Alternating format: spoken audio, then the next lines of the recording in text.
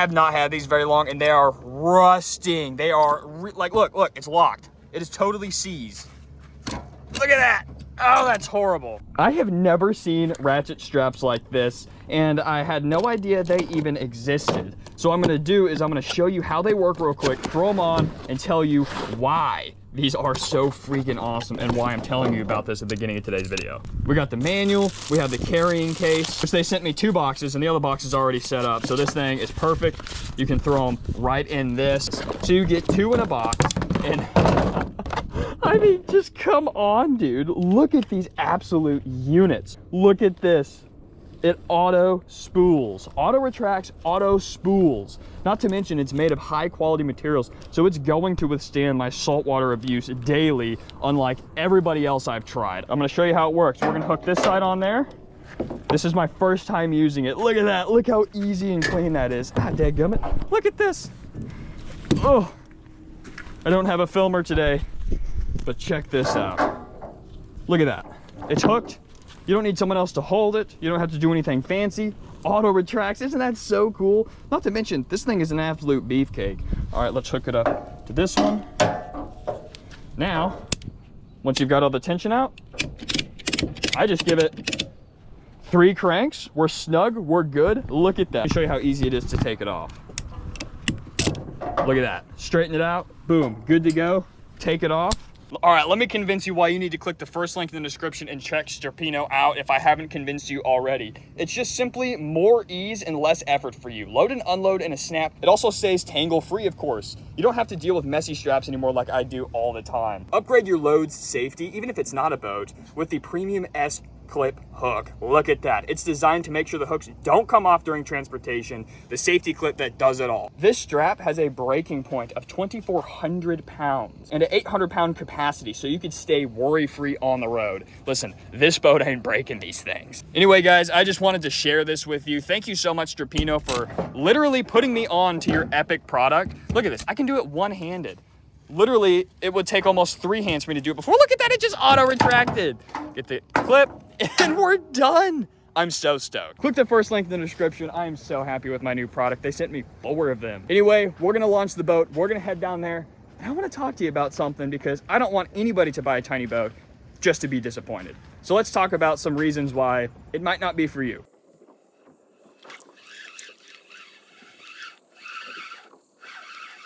There we go. Trout. Ooh. Oh, he's pulling a little bit. He's pulling a little bit. Oh, look at him. Dude's jumping. Nope, nope, nope. Very nice. Not bad. That took about 2 seconds. All right, now let's go find some, let's go find a spot to talk about these boats. All right, we'll beach the boat here in a second, but I'm gonna cover the stability while fishing here to kind of give you a real-time example. So, all right, with these tiny boats, this goes for the pontoons as well. More so the John boat, but really, we're gonna talk about any boat under about 12 foot because they're all really small boats. So, you know, the stability in the small boat world is different than the stability in the regular boat world. Obviously, big boats, you know, if you're talking about even a 15 foot, a 16 foot, you know, a lot of folks will say, oh, those are unstable boats. My buddy's got a 15, 2 of my buddies both have 15s of very different sizes, or at least beams. And, you know, you could describe those as unstable boats. But when you're talking about 10, sometimes even 8 foot, even the 12 foot boats, when you're talking about that, it's a whole different world of instability. So if you're thinking like, oh, you know, a 15 foot boat, that's not really that stable. Like you're just gonna have to keep it in perspective that, yeah, these boats flat out are not stable. So the pontoon styles, they are more stable, of course, they definitely are. But even then, you don't have much room to wander around, right?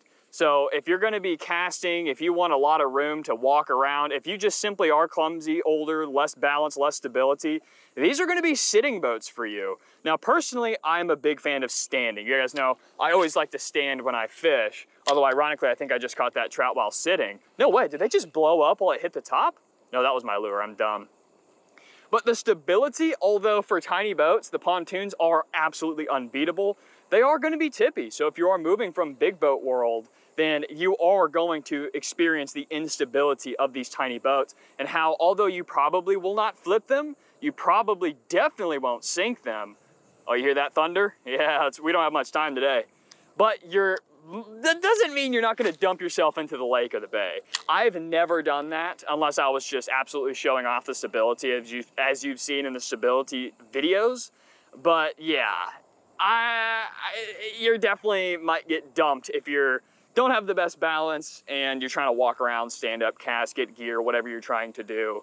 You guys have seen me take some pretty decent spills in both of these boats. You guys saw me take a nasty spill in a 15-foot center console skiff. So yeah, don't expect to flip it, don't expect to sink it, but expect to, at some point, if you're a stand-up fisherman like I am, to actually fall and, you know, maybe even dunk yourself into the lake. I saw a post the other day in our tiny Facebook group called Tiny Boat Talk. You should join it, where some gentleman wasn't doing anything too crazy. He didn't flip the boat, he didn't sink the boat, but he sure got he got to take a drink, let's just say that. So yeah, that's number one. If you can't handle the stability, then you probably don't need to be getting one of these boats. If you're coming from a kayak, oh yeah, dude, you're golden. You are absolutely golden if you're coming from a kayak.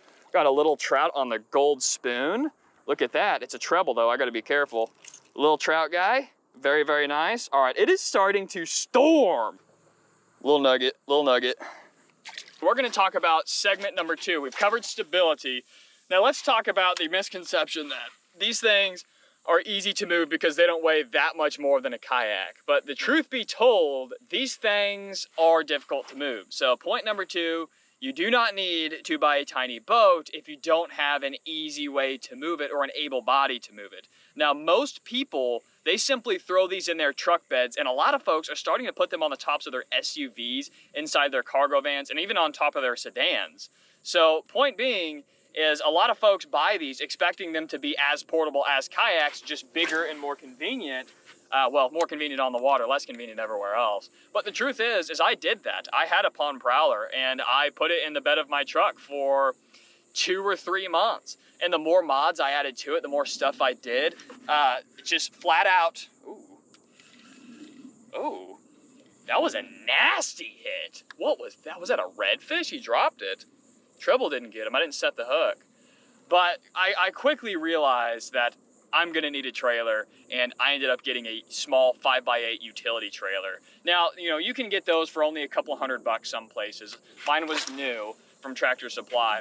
But really, if you think that you're just gonna throw it in the bed of your truck and call it a day and it's not gonna be an issue, listen, I'm 23, I'm in great shape. I do this almost every single day, and listen, it's a hassle. It is a hassle, especially if you're older, and yeah, you're not gonna want to do that for very long.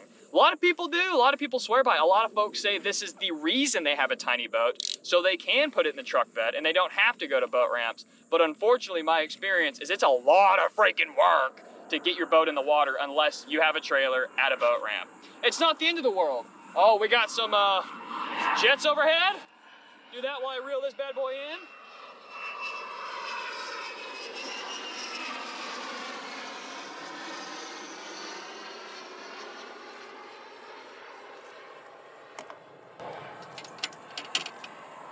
So personally, I recommend a utility trailer.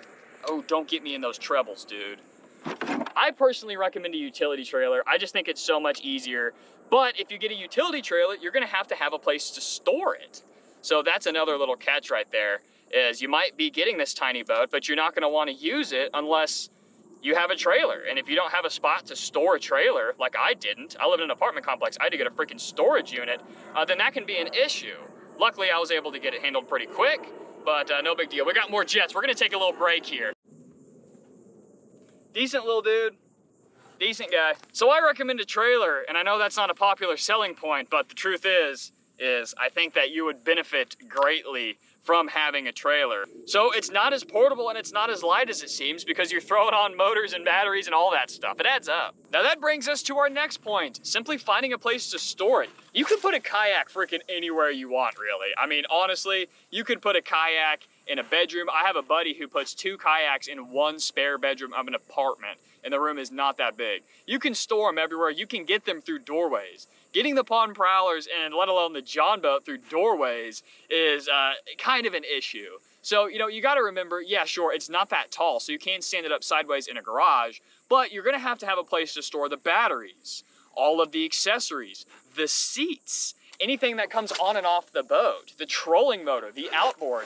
You're gonna have a lot more storage than you would with a kayak. And if you add a trailer, then that's a whole nother world of storage. So really, I have one 12 by 20 storage unit where I keep my trailer, my boat, all the accessories, everything I need. But it does cost me an extra $100 a month to own that storage unit just to be able to have my boat. I mean, I have 2 boats. I have 2 storage units, one for each boat. But point being is, you're gonna have to think about a place to storing it. You can store it outside. A lot of folks are like, okay, I'll just tarp it or put it upside down. But really, let me recommend you something. These aren't aluminum boats, these aren't fiberglass boats. You gotta take a little bit more care of them. Although they are kind of indestructible, not to the elements. What I'm saying is a lot of folks, they'll just set them outside and they'll put a tarp over it. Water still leaks in. These are, they have 2 holes, right? They're 2 pieces. They're basically riveted together with a piece of rubber right around the edges. So you're not gonna want any sort of rain on it. You're not gonna want any sort of excess water for long periods of time.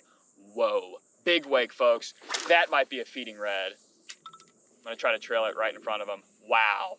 Okay, I absolutely lost my train of thought. Yeah, if you don't have a place to store it, you're gonna wanna find one, especially after considering the trailer, all of the mods, anything extra, outboards. But don't leave it outside. You don't want it to get rained on. You don't want water to fill it up. I've seen so much stuff in the Facebook group of people leaving them outside and they absolutely just fill up with water.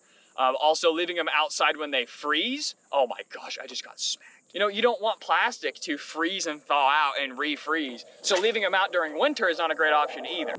But you don't want to leave it outside during winter, even covered, same with summer. So really, you're gonna have to put it inside if you really want to get the most out of your boat for the most amount of time. So that comes down to storage. It's not as simple of a storage solution as folks think it is. So either you're gonna have to fit it inside of your garage or you're gonna have to put it inside of a storage unit if you want the maximum lifespan out of it. And these things are so awesome, you're never gonna get sick of it. You're always gonna wanna use it. So you're always gonna want it to be in good shape, especially if you're out on the water, especially if you're out on the freaking ocean where it gets 50 foot in 2 seconds out here next to this channel.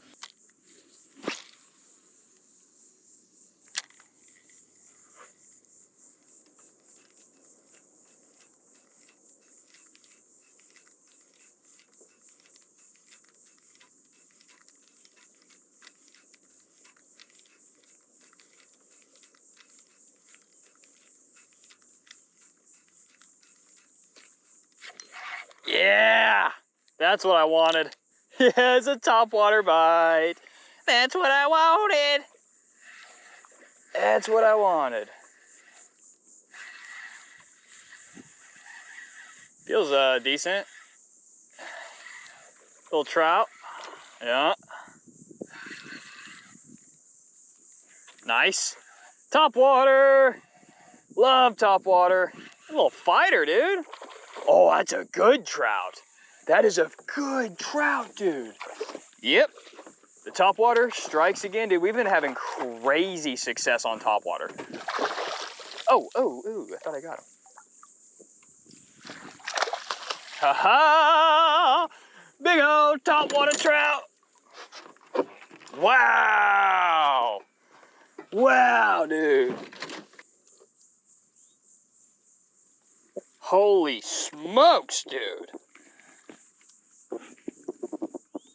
That is a nice trout. Look at that beast. Woo! Ah. That is a good trout, man. Wow. All right, another reason that you don't need to be buying this boat and tiny boats aren't for you is if you ever want to or need to take out more than one person. Now, I see a lot of people who get these boats, They go by themselves, they have a blast, they want to share it with a buddy or their wife, and then someone else is like, oh, that sounds like so much fun, but then you have to leave your buddy or your wife behind to bring out the new person. Trust me, I've been there. We've had these conversations a million times. And realistically, the Prowler, you don't need to be putting 3 people on there. I've seen 2 fairly light adults and 1 child sitting on a bucket or like a drum stool seat in the middle of them too. And obviously that's super tight, but it's not necessarily too dangerous, but it's not comfortable at all. I don't care who you ask, that is not comfortable. And with the John boat, you could do 2 fairly weighted adults and then 1 child or someone that's super light sitting on the bow. But even then, you know, that's not what these boats are made for. That makes them a little bit less stable. Then you're asking to maybe flip if you see, you know, everybody sees a dolphin off of your port side and they're all looking over, leaning, or trying to check out a fish. You know, 3 people doing that is pushing it, and that's recipe to take on water, to flip your boat, and generally just not have a good time. So, yeah, definitely don't get this if you think you're gonna take more than 1 person out. I get this question all the time, and I always say, hey, it's doable, do it at your own risk, but you're asking for all sorts of stuff because the boat simply wasn't designed for it. The John boat, you're gonna have a little bit extra odds of doing it, but the weight capacity isn't any higher. So it's not like just because you get a 2-foot longer boat, your weight capacity is gonna go up. No, it's still only rated for 2 people, about 500 pounds. And the truth is that,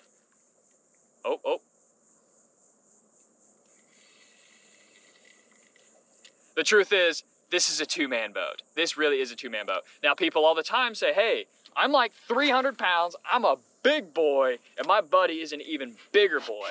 All right, 2 quote-unquote overweight, whatever, however you want to put it, heavier folks, not a problem. I recommend that all the time. I've seen people push 1,000 pounds over the Prowler. I wouldn't want to do it in the John boat, but in terms of the pontoon-style the tiny boats, you can exceed the weight limit with 2 heavier dudes. It's not big of a deal, but adding a 3rd is not a good idea. I would much rather go over the weight limit with 2 big boys rather than 3 medium-sized people. That's just my opinion. And I mean, you gotta think about it. Where's your casting room? You can make it work, but everybody has to be pretty experienced and know what they're doing to not catch a treble hook in the hand. I have trouble not trebling myself when I'm solo, so that's another big thing to consider, is if you have the idea that, all right, we'll take a 3rd person out, and if they're not a child, then you might have some issues with that. So that's a big consideration because I get asked that all the time.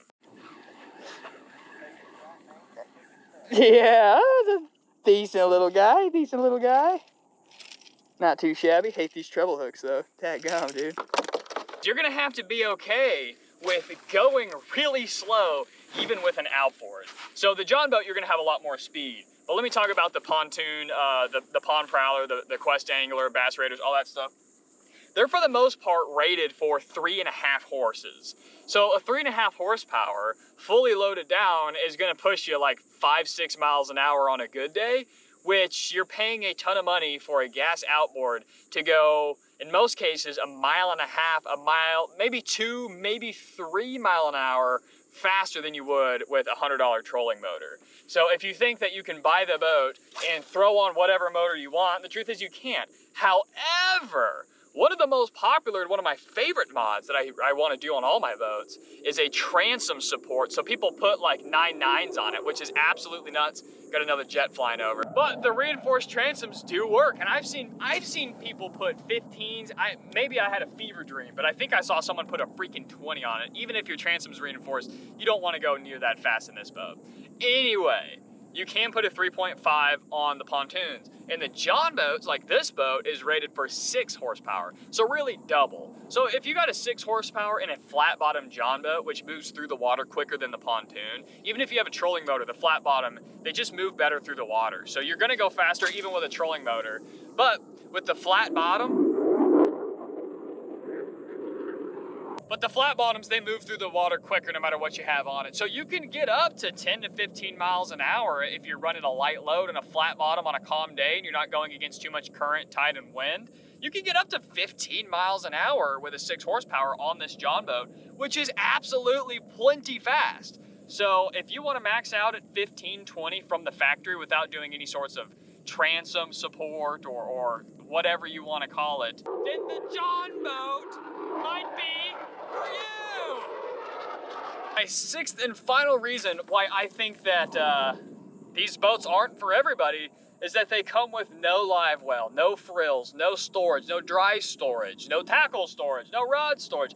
They come with absolutely nothing, which is to be expected at the price point. Now, there are some few select models that do have random little features. Would you just eat it? This spoon is not doing very good. Like the West Marine water tender. That actually comes with dry storage, but I owned that boat and it was a 9-foot flat bottom, shorter beam than this, and it was sketchy. Now, a lot of folks have dry storage solutions, and actually this was one of the few days I forgot my dry storage. I converted a small, tiny, cheap little $15 Walmart cooler, covered it in the foam that matches my pontoon boat, and then that's my storage solution. It's just a decked out, cool little spray painted cooler with camo boat decking all over it that matches one of my boats.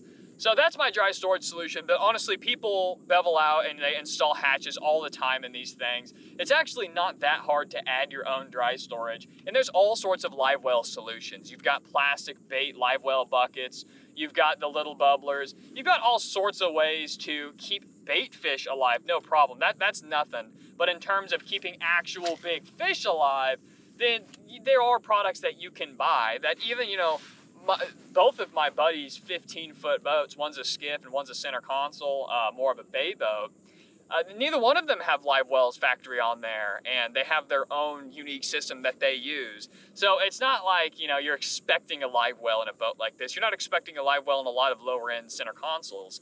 But the point being is, if you want even one place to keep your phone dry, that's on you, and you're gonna have to figure that out on your own, which is not a big deal. I'd say don't go out in the rain, but it's Florida, it's summer, I've been rained on. Oh, excuse me. Oh, excuse me. So if you're not a DIYer, if you're not a modder, and you don't want to have to drill into your boat to add basic features, maybe it's not for you because it comes with zero storage. Even basically every kayak on the market comes with some sort of hatch you can put a dry bag in. But then again, a lot of these boats are cheaper than even middle of the road, mid-grade fishing kayaks. So you gotta remember, these things are cheap, these things are convenient, these things last, and they're a ton of fun, and frankly, they catch fish. Anyway, folks, those are some reasons that the tiny boat life may not be for you. You know I love these things. I've got videos talking about the upsides, but the last thing I want is someone to watch these videos, watch my channel, get the boat, and they're disappointed, they fall out of it, their phone gets wet, whatever, they don't have a place to store it, it hurts their back pulling it out of their bed truck. Those are all of the issues that I wanted to cover in today's video. Now, I think I'm actually starting to get rained on, but we caught 3 or 4 fish. Hey, better than nothing. Thanks to Strappino for sponsoring today's video. I'm actually, this sounds weird, but I'm excited to go put the boat up so I can play with those straps. I absolutely love them. Click the first link in my description if you want to check them out. And as always, thank you guys for hanging out.